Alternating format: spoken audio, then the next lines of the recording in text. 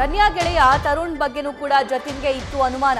ಮದುವೆಯಾದ 2 ತಿಂಗಳಿಗೆ ಪತ್ನಿ ರನ್ಯಾ ದುಬೈ ಟೂರ್ ಮಾಡಿದ್ರಂತೆ. ಪದೇ ಪದೇ ದುಬೈ ಟ್ರಿಪ್ ಹೋಗ್ತಾ ಇದ್ದ ಬಗ್ಗೆ ಜತಿನ್ಗೆ ಅನುಮಾನ ಕಾಡುತ್ತೆ. ಈ ಬಗ್ಗೆ ಪ್ರಶ್ನೆ ಮಾಡ್ತಾ ಇದ್ದಂತೆ ಇಬ್ಬರ ನಡುವೆ ಗಲಾಟೆಯಾಗಿದೆ, ವೈಮನಸ್ಸು ಮೂಡಿದೆ. ಪತ್ನಿ ನಡೆ ಬಗ್ಗೆ ಆಪ್ತ ಸಚಿವರೊಬ್ಬರಿಗೆ ಮಾಹಿತಿಯನ್ನ ಜತಿನ್ ಹಂಚಿಕೊಂಡಿದ್ರಂತೆ. ಜತಿನ್ಗೆ ಸಚಿವರಾಗಿರಬಹುದು ಅಥವಾ ಬೇರೆ ಪೊಲಿಟಿಷಿಯನ್ ಆಗಿರಬಹುದು ತುಂಬಾ ಕಾಂಟ್ಯಾಕ್ಟ್ ಮಾಡೋದು ಕಷ್ಟದೇನಲ್ಲ, ಯಾಕಂದ್ರೆ ಅವರು ಕೂಡ ಪ್ರಭಾವಿ ರಾಜಕಾರಣಿಯ ಕುಟುಂಬದ ಒಂದು ಕುಡಿ. ಸೊ ತರುಣ್ ರಾಜ್ ಬಗ್ಗೆನೂ ಕೂಡ ಅನುಮಾನ ವ್ಯಕ್ತವಾಗಿರುತ್ತೆ. ಡಿಆರ್ಐ ಅಧಿಕಾರಿಗಳ ವಿಚಾರಣೆ ಸಂದರ್ಭದಲ್ಲೂ ಕೂಡ ಜತಿನ್ ಕೆಲ ವಿಚಾರಗಳನ್ನ ಬಹಿರಂಗಪಡಿಸಿದ್ದಾರೆ, ರಿವೀಲ್ ಮಾಡಿದ್ದಾರೆ ಅನ್ನೋದು ಸದ್ಯಕ್ಕೆ ಲಭ್ಯವಾಗ್ತಿರುವಂತಹ ಮಾಹಿತಿ. ಈಗ ಆಲ್ರೆಡಿ ಡಿಆರ್ಐ ಅಧಿಕಾರಿಗಳು ತರುಣ್ನ ವಿಚಾರಣೆಯನ್ನು ಕೂಡ ನಡೆಸಿದ್ದಾರೆ. ಈ ಸಂದರ್ಭದಲ್ಲಿ ತರುಣ್ ರಾಜಕಾರಣಿಗಳ ಹೆಸರು ಮತ್ತು ರಾಜಕಾರಣಿಯ ಪುತ್ರನ ಹೆಸರು ಕೂಡ ಬಾಯ್ಬಿಟ್ಟಿದ್ದಾನೆ ಅನ್ನೋ ಮಾಹಿತಿ ಇದೆ. ಸೊ ಮತ್ತೊಂದು ಕಡೆ ನೋಡೋದಾದ್ರೆ ಪರ್ಸನಲಿನೂ ಕೂಡ ರನ್ಯಾಗೆ ಆತ ತುಂಬಾ ಕ್ಲೋಸ್ ಇದ್ದ. ಸೊ ಹಾಗಾಗಿ ದಾಂಪತ್ಯದಲ್ಲೂ ಈತನ ವಿಚಾರವಾಗಿ ಆಗಾಗ ಕಿರಿಕಾಗ್ತಾನೆ ಇತ್ತು. ದುಬೈಗೆ ಹೋಗಿದ್ರು ಇವರಿಬ್ರು ಮದುವೆಯಾದ ನಂತರನೂ ಅಂತ ಜತಿನ್ ವಿಚಾರಣೆ ಸಂದರ್ಭದಲ್ಲಿ ಮಾಹಿತಿಯನ್ನ ಹಂಚಿಕೊಂಡಿದ್ದಾರೆ. ಈ ವಿಚಾರವನ್ನ, ಈ ಇನ್ಸಿಡೆಂಟ್ ಅಥವಾ ಈ ಕೇಸ್ ಹೊರಗಡೆ ಬರೋದಕ್ಕಿಂತ ಮುಂಚೆ ಪೊಲಿಟಿಷಿಯನ್ ಜೊತೆನೂ ಕೂಡ ಜತಿನ್ ಹುಕ್ಕೇರಿ ಹಂಚಿಕೊಂಡಿದ್ರಂತೆ. ಡೀಟೇಲ್ಸ್ ಅಂಕಿತಾ ನೀಡ್ತಾ ಹೋಗ್ತಾರೆ. ಅಂಕಿತಾ, ಈ ತರುಣ್ ವಿಚಾರಕ್ಕೆ ಸಂಬಂಧಪಟ್ಟಂತೆ ಇವರಿಬ್ಬರ ಮಧ್ಯೆ ಆಗಾಗ ಗಲಾಟೆ ಆಗ್ತಿತ್ತಂತೆ. ಹಾಗಾದ್ರೆ ತರುಣ್ ರನ್ಯಾಗ್ ಹೇಗ್ ಪರಿಚಯ? ಯಾರೀ ತರುಣ್? ಈತನ ಪಾತ್ರ ಏನಿಲ್ಲಿ?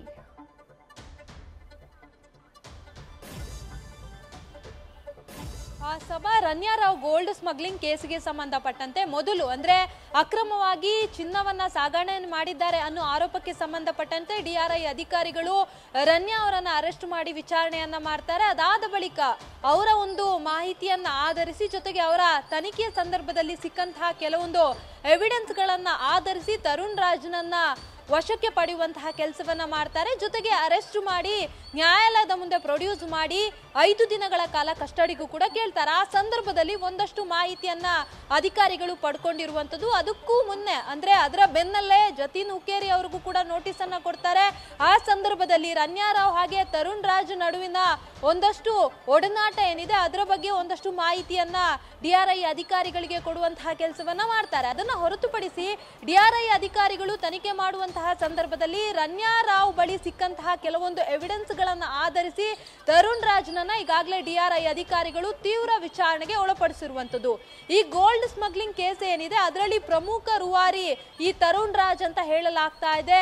ದುಬೈನಿಂದ ಏನು ಚಿನ್ನವನ್ನ ಪಡೆದು ಅದನ್ನ ಬೆಂಗಳೂರಿಗೆ ತಲುಪಿಸುವವರೆಗೂ ಕೂಡ ರನ್ಯಾ ರಾವ್ ಜೊತೆ ಈ ತರುಣ್ ರಾಜ್ ನಿರಂತರ ಸಂಪರ್ಕದಲ್ಲಿದ್ರು. ಜೊತೆಗೆ ಯಾವ ರೀತಿ ತನ್ನ ಕೆಲಸವನ್ನ ಮಾಡಬೇಕು, ಅದನ್ನ ಯಾವ ರೀತಿ ಕಾರ್ಯರೂಪಕ್ಕೆ ತರಬೇಕು ಅನ್ನೋದ್ರ ಬಗ್ಗೆಯೂ ಕೂಡ ಒಂದು ನಕ್ಷೆಯನ್ನ ತಯಾರಿಸಿ ಅದನ್ನ ರನ್ಯಾ ರಾವ್ಗೆ ಕಳಿಸಿದ್ರು ಅನ್ನೋದ್ರ ಬಗ್ಗೆಯೂ ಕೂಡ ಮಾಹಿತಿ ಇದೆ. ಅದನ್ನ ಹೊರತುಪಡಿಸಿ ಈ ಜತಿನ್ ಹುಕ್ಕೇರಿ ಮತ್ತೆ ರನ್ಯಾ ರಾವ್ ದಾಂಪತ್ಯ ಜೀವನದಲ್ಲಿ ಬಿರುಕು ಬೀಳುವಂತಹ ಸಂದರ್ಭದಲ್ಲೂ ಕೂಡ ತರುಣ್ ರಾಜ್ ಬಗ್ಗೆ ಜತಿನ್ ಅವರಿಗೆ ಸಾಕಷ್ಟು ಅನುಮಾನ ಇತ್ತು. ಜೊತೆಗೆ ಅವರ ದಾಂಪತ್ಯ ಜೀವನ ಏನ್ ಹೀಗಾಯ್ತು ಅದರಿಂದ ಸಾಕಷ್ಟು ಮಾನಸಿಕ ಖಿನ್ನತೆಗೆ ಒಳಗಾಗಿರ್ತಾರೆ ಜತಿನ್.